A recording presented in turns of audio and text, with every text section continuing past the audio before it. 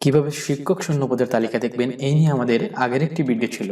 এখন যেহেতু শিক্ষক শূন্যপদের তালিকা দেখার সিস্টেম একটু চেঞ্জ হয়েছে, তাই আমি চলে আসলাম আজ আপনাদের জানাতে মাদ্রাসা শিক্ষা অধিদপ্তরের মোট কয়টি এমপিভুক্ত প্রতিষ্ঠান আছে এবং কোন মাদ্রাসায় কয়টি শূন্যপদ রয়েছে। এই জন্য আপনাদের যেতে হবে যে কোনো একটা ব্রাউজারে গিয়ে টাইপ করবেন dme.gov.bd।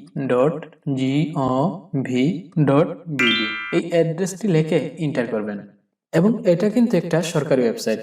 তারপর দেখতে পারবেন ঠিক এইরকম ইন্টারফেসের একটা ওয়েবসাইট আপনার চোখের সামনে চলে আসছে।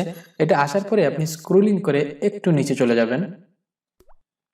একটু নিচে আসার পরে এখানে দেখেন এমপি সংক্রান্ত আছে। এখানে দেখেন 4টা অপশন আছে।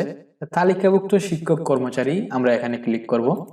নেক্সট ইন্টারফেস আসার পরে বাম পাশে দেখতেছেন একটা লোগো আছে মিমিস, তো এই লোগোর উপরে ক্লিক করবেন।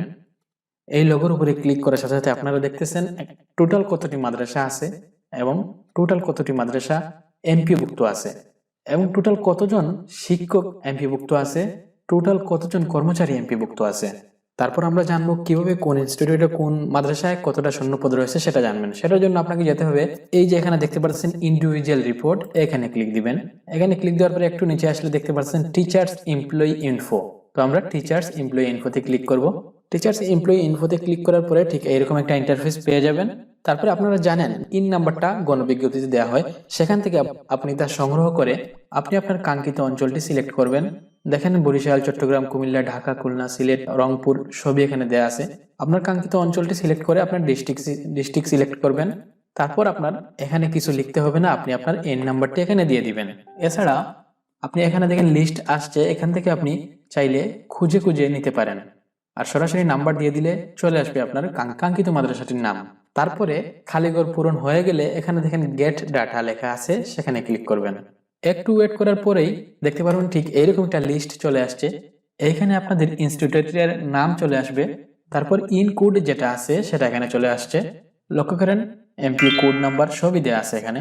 তারপরে এখানে আপনি দেখেন এখানে আপনার টিচার্সদের ডেসিগনেশন দেওয়া আছে, প্রেজেন্ট ওয়ার্কিং কতজনে করতেছে, এমপিও বা ভ্যাকেন্ট পজিশন এখানে দেওয়া আছে। এখানে দেখেন assistant teacher social science total 2 জন এবং 2 জনই ফিমেল, কোনো মেল টিচার নাই। তারপরে দেখতেছেন অ্যাসিস্ট্যান্ট টিচার ম্যাথমেটিক্সে 1 জন আছেন পুরুষ, ফিমেল নেই। তো এভাবে আপনারা দেখতে পারবেন কতটি পোস্ট আছে এবং কতজনে ওয়ার্ক করতেছে।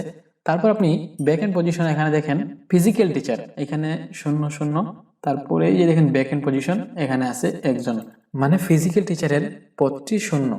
সো এই যে এখানে দেখতে আরেকটা শূন্য পদ আছে, সেটা হলো অ্যাসিস্ট্যান্ট টিচার কম্পিউটার, সেটারও 0 পদ আছে। তো এভাবে আপনারা দেখে নেবেন। এইখানে দেখেন টোটাল 5টা শূন্যপদ রয়েছে এবং টোটাল কাজ করতেছে 14 জনে, 3 জন মহিলা আছে এর মধ্যে এবং এমপিও ভুক্ত আছে 13 জন, তার মধ্যে 3 জন মহিলা আছে। আশা করি আপনারা বুঝতে পারছেন। যদি এই বিষয়ে আরো কিছু জানতে হয় তাহলে কমেন্ট বক্সে জানিয়ে দিবেন, আমি রিপ্লাই দেওয়ার চেষ্টা করব।